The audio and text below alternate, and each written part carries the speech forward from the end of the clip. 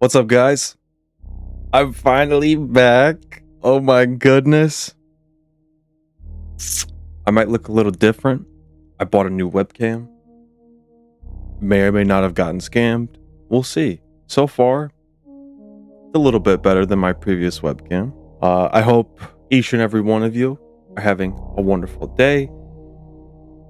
You've read the title of this video. You know what we're talking about. I've said it for like 3 weeks that I was going to talk about this topic. Today, we're going to be talking about the imperfect masterpiece that is Arc Raider. Before we get into any of that, though, I want to say thank you to everybody. My last video, in terms of myself and the numbers that I usually get, that video did absolute numbers. And I wasn't expecting it at all. I wasn't expecting it. And that was the craziest thing, is I sat and I would check the video, intermittently, not obsessively, but intermittently I'd check it just to see how it's doing, see if anybody comments. The amount of comments that I got and new subscribers, welcome to all you newbies. It's great to have you here. The comments that I got were awesome. It was such a surreal experience to just feel that and see that and experience that. Oh gosh. Okay, so this camera's got focus. So this video, I might be out of focus. Okay. So I wanted to say thank you to each and every one of you. I'm glad for the newbies that you're here. Last thing, I think I'm going to change my upload schedule to Sundays. That's why this is going out on Sunday and not Saturday. Sundays just work a lot better for me because it gives me more time to work on it. And be more flexible with when I get to sit down and actually work on the videos. So we're going to move it to Sunday. I apologize if that inconveniences anybody. But without further ado, sit back, relax, grab yourself a snack, and let's talk about why I think Arc Raiders is an imperfect masterpiece.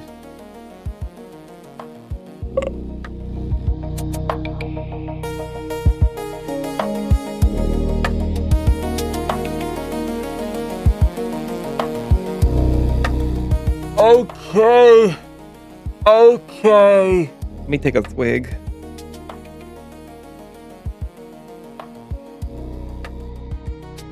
So first things first. This video is going to be largely my opinion. I know a lot of people have a lot of thoughts on this game and are probably going to disagree with a lot of the things that I say about this game, and that is okay. I am up for discourse. I love discourse. You know where you can discourse with me. That sounded horrible. You know where you can have a disagreement with me. Down below.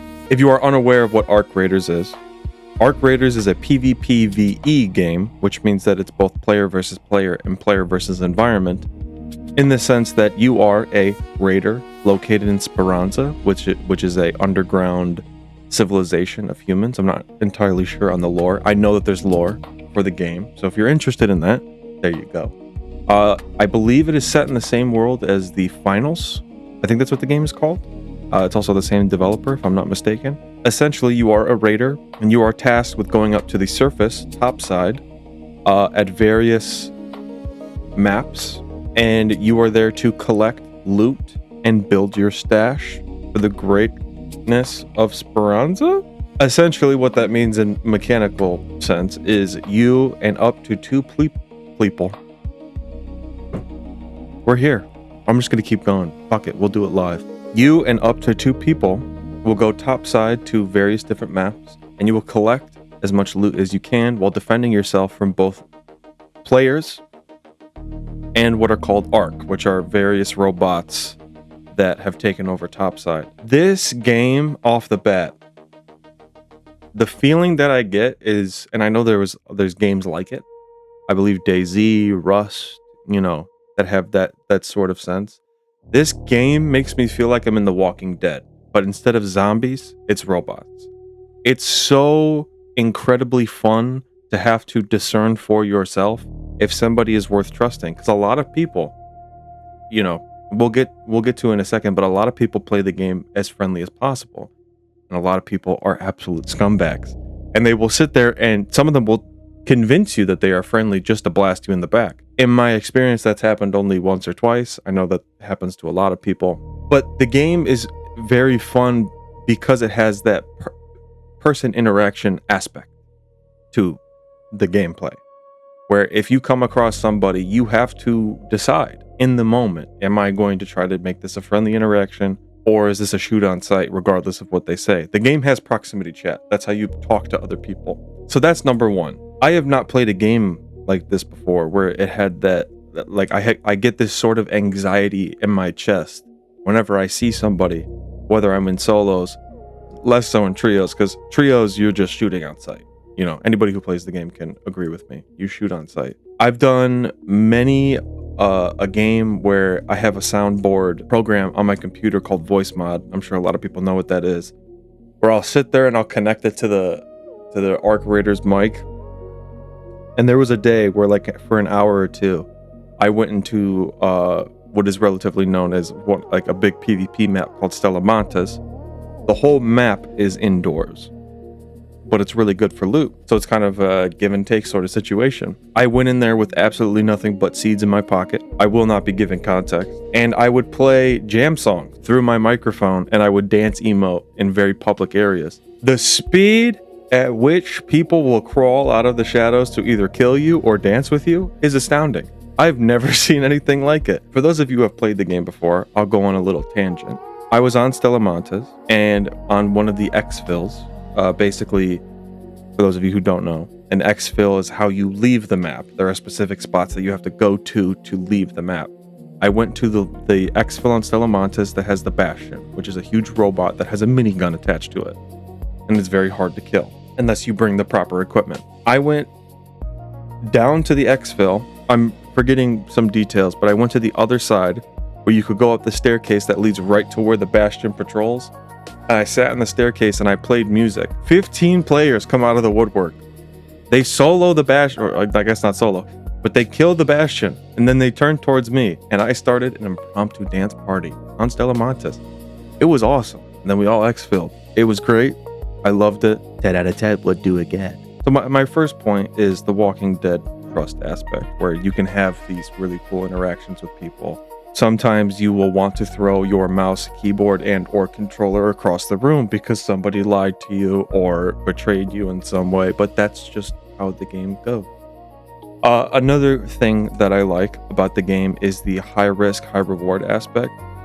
So how it, the whole game is building up your stash, and you can loot crafting materials on top side so that when you come back, if you have the proper ingredients, you can make gear for yourself. You can loot gear up top, you know where to look.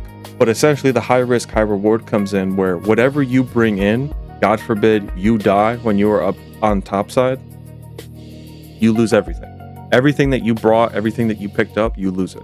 Except for there's a safe pocket mechanic, but I'm not even going to attempt to go into that. I like this because it almost deters people from just spamming, the best guns in the game, and then they have no way of, in this hypothetical, of losing said items. I like the risk of, if I've got a dinky pistol and somebody shows up with a minigun, if I somehow win that fight, I am rewarded. But I know a lot of people, I've seen some points of view where that is kind of frustrating to sometimes lose your gear for stupid reasons. And I've seen some instances where if somebody was hacking, if somebody was cheating in some way, shape, or form, or if you got DC'd and you reported it, the devs would give you your gear back, which is great. And that's another one of my points where it seems like the devs are listening. I could be out of touch on that point because, a lot of people like to complain about a lot of different things nowadays. Finally, I know this is going to be a little bit of a short video, but I can't do long videos every single time. Finally, the point that I want to make is the imperfections of the game actually make it feel better. Now, this is where a lot of people will disagree with me on this, but a lot of the beauty of older gaming and where a lot of people find nostalgia, at least for me, is how imperfect the games were. For example, I was a huge Skyrim guy. I had multiple playthroughs. My main playthrough was ungodly amount of hours. What made the game feel fun is the more glitches that you knew to get around certain things. it just felt more fun. For example, if you know about Skyrim, there's the Skyrim loot chest. There's the Dawnstar loot chest that if you knew exactly where to look or how to get to, you basically can access a merchant's stash goods, and you could just take them for free and there's no consequences, which, you know, for some people that's cheating, but for others it's, you know, I need money and I need it fast. That's my money, I need it now. There have been many glitches in this game that have popped up and have been quickly patched out, and I understand why, that gave me that old school nostalgia feeling where I'm like, this feels good. And it's hard to add that as a point of why this game is so good, in my opinion, because it's just a feeling. I never partook in any of these glitches. I'm going to be completely honest. There was a glitch on Stella Montes where you can be in the ceiling. There was a glitch on, I believe, the same map or a different map where you could be underground and pop up and just blast people. Very recently, there was a duplication glitch. There was a duplication glitch where people could spam you with 1,000,000 grenades. I liked the feeling that those glitches brought. I did not participate, but it feels like old school gaming again, where it's not this polished AAA product, but it's this, you know, it's almost a love project. And a lot of people are going to disagree with me on that point, but that's okay. We can agree to disagree. The game is very fun. If you are somebody that likes that you play games with friends, I highly recommend this game. To me, it's a nice 9.10. 9 out of 10. It's very fun to play with friends. It's very fun to play by yourself. It's a game that you could grind potentially. It checks all the boxes. And it also allows you to play the game however you want. I brought this up briefly before, where the matchmaking system is an aggression-based matchmaking system. So the game pays attention to how you interact with other people and puts you with people that act the same way. I believe that's how it works. So for example, if I see somebody, and let's say we acknowledge each other, if I shoot first, that's an act of aggression, and it marks me down. It marks me down more than it marks them down if they decide to defend themselves. So let's say that's the only fight that happens. I win. I go on to my next game. It's going to put me with more aggressive people where friendly is not really going to be in anybody's vocabulary. Whereas for the other guy, it's probably either going to put him in the same sort of lobbies he was already in, or it's going to put him in more friendly lobbies because he had to defend himself, and that's probably the only thing that he did. And this is a system that you can game. As far as I know, I've gamed it a couple times where I've just run into games. I did not shoot anybody. I said friendly. I said don't shoot. After about 7 or 8 games, I would go into a lobby and actually try, and the amount of friendly people that I saw were astounding. I believe that this is the way to go, especially for a game like this, because you are allowing people to choose how they want to play off the bat. You are allowing people to change the way that they want to play off the bat by allowing a gaming of the system, and everybody has fun. The main concern that I've seen people have is that there's no PvE lobbies. And I want to put my 2 cents in really fast before I end off this video. My 2 cents is I don't want this game to have PvE lobbies. I don't. I think it would defeat the purpose of what this game is trying to make you feel. When you have PvE lobbies, those friendly players are gone, and then it's going to turn into PvP or PvE with PvP with VE or just PvE. People can disagree with me on that. That's fine. I don't think PvE lobbies would. I think it would hurt the game, to be frank. That's all I really have to say. I kind of blacked out for 17 minutes. I love talking about this game. It's so good. I've played it with a lot of my friends. I've met a lot of cool people on this game. It's been super fun. Like I said, if you are somebody that likes to play games with friends, or you like to play PvP games by yourself, I highly recommend this game. Even if you like VE. If you want that, like, you're almost looking for a challenge, Arc Raiders is good.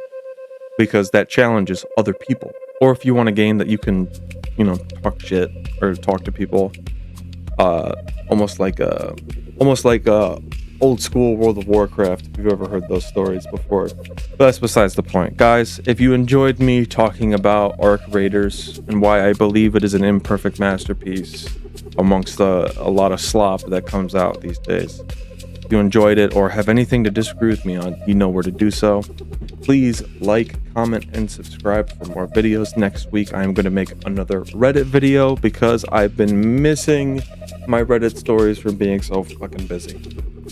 But anyways, once again, because it's hard for me to express my gratitude as I'm trying to fix my hair because now I've gotten a self-conscious bug.